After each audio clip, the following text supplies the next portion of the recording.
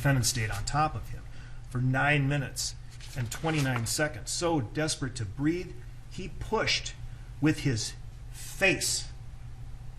With his face. To lift himself. To open his chest. To give his lungs room to breathe.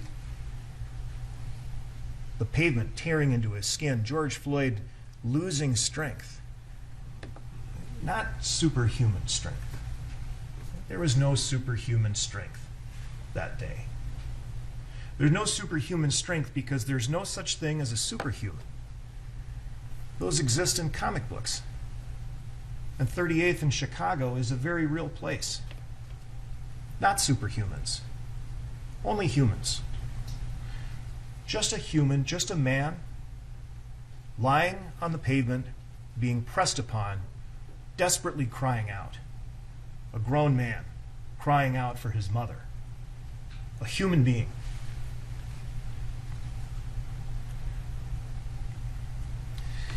And in that time, and in that place, while he was surrounded in life by people he knew him, faces he could pick out, there was no one there he knew. He was surrounded by strangers. Strangers, all of them. 9 minutes and 29 seconds. He's surrounded by strangers, not a familiar face to say his final words. But he did say them to someone.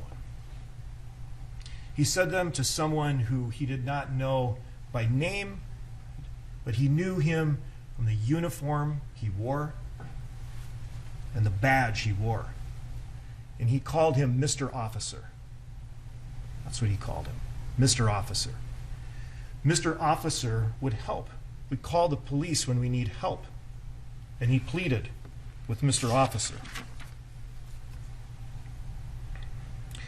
George Floyd's final words on May 25, 2020 were, "Please, I can't breathe."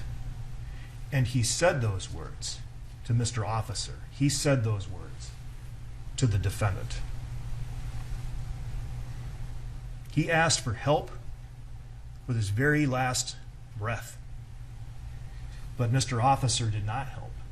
The defendant did not help. He stayed on top of him, continued to push him down, to grind his knees, to twist his hand, to twist his fingers into the handcuffs that bound him, looking at him, staring